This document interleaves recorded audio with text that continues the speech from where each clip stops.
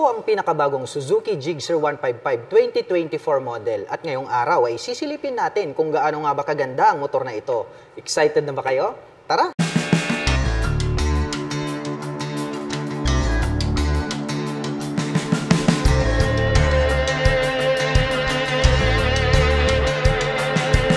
Ito po yung kanilang pinakabagong Suzuki Gixxer 155 2024 model.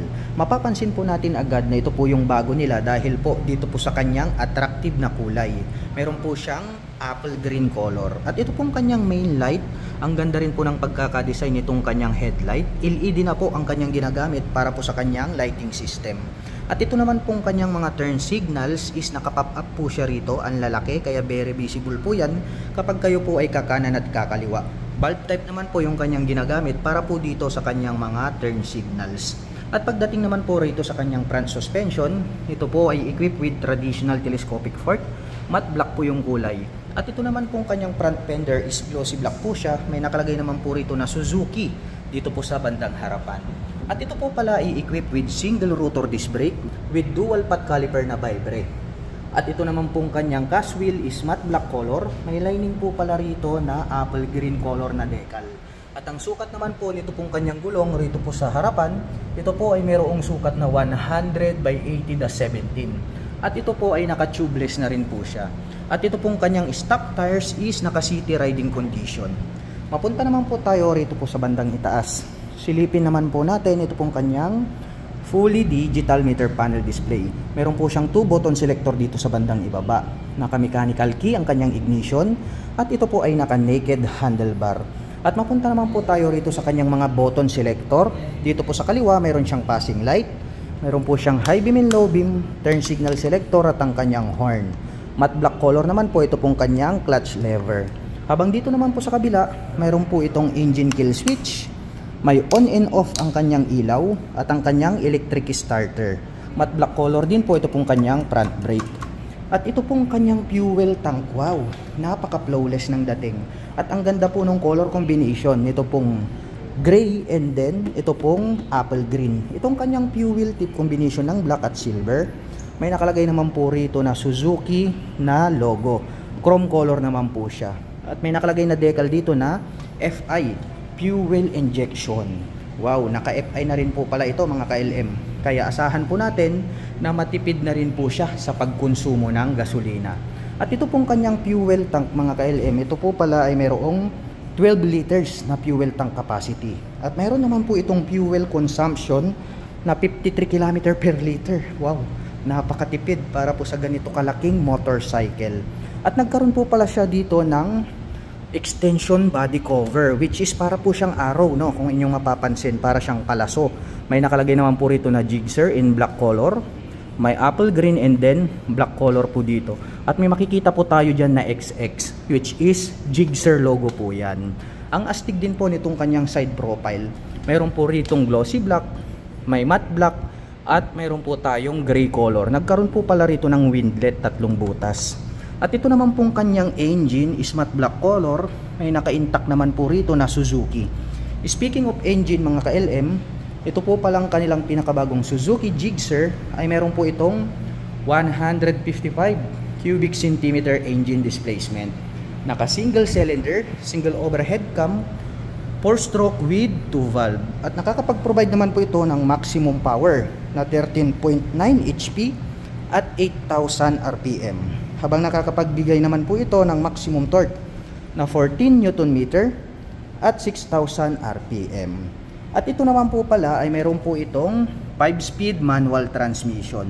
Mayroon po itong side stand at center stand. Ito naman pong kanyang pillion step sa ating rider. Die-cast po siya, tapos nagkaroon ng rubber cover on top. Habang ito naman pong ating pillion step sa ating back rider is chrome color po siya na die-cast, not fadable. Itong brace niya dito, tubular po siya na metal, black color. Dito naman po sa baba is die-cast po siya na silver color. Dumako naman po tayo rito sa kanyang upuan. Ang ganda rin po pala nito pong kanyang upuan. Pang sports racing bike yung kanyang design.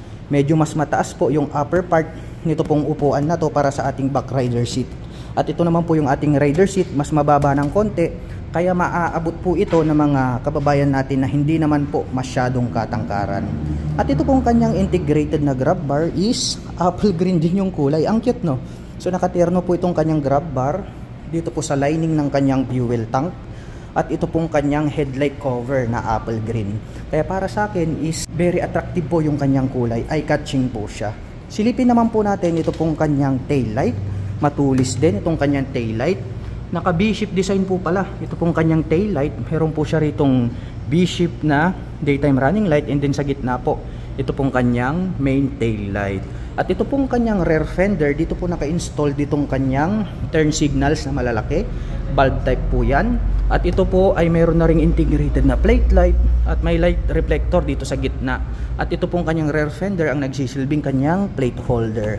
Silipin naman po natin itong kanyang rear suspension.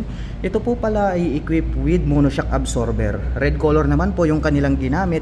At ang kagandahan niyan is adjustable po siya. Kaya pwede po natin siyang i-adjust depende po sa riding condition at kung gusto nyo pong palambutin yung kanyang bouncing performance. At ang ating Suzuki Gixxer 155 ay meron po itong 795mm na seat height.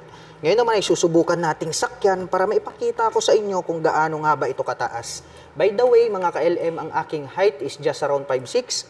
Makikita nyo naman, tiptoe tayo, kunting-kunti lang naman. Kaya highly recommended po ito para sa mga tulad ko na 5'6" in height. Napansin ko lang dito po pala sa kanyang side cover, meron pong susian dito na kung saan ay pwede po nating mabuksan ito pong upper part nitong upuan. At gumamit naman po sila rito ng metal pagdating po rito sa kanyang swing arm. Square type naman po siya. Meron po siyang chain protector na matte black at meron na din po siyang integrated na mudguard para maiwasan po natin na matalsikan ng putik yung other body parts nito pong ating motorcycle. At ito po palang kanyang rear fender, may nakalagay po rito na separated. So nahawig po yung pagkakadesign pala nito pong kanyang rear fender para po dun sa mga classic big bike. At pagdating naman po rito sa kanyang braking system, ito po pala ay equipped with single rotor disc brake with single pot caliper na vibrate, matte black color. At ito pong kanyang cast wheel is matte black color na Y design at may lining po pala rito na decal na apple green. At ang sukat naman po nito pong kanyang gulong rito po sa likuran, ito po ay mayroong sukat na 140/60/17. Pang city riding condition po ito pong kanyang stock tires. At napansin ko lang very attractive po pala yung pagkakadesign nito pong kanyang stock pipe. Ito pong kanyang head protection guard is chrome color po siya. At ito pong kanyang tip is chrome lang din. At ang kagandahan yan, mayroon po pala itong dual exhaust. At ito naman pong kanyang foot brake is metal po siya na black color.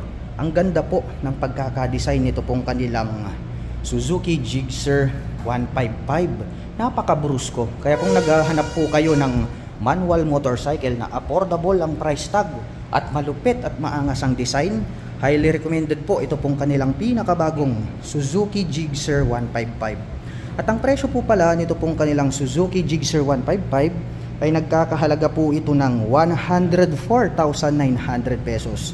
At kung balak mo naman pong kumuha ng hulugan, ay kailangan mo lang pong mag-down payment ng 11,800 pesos.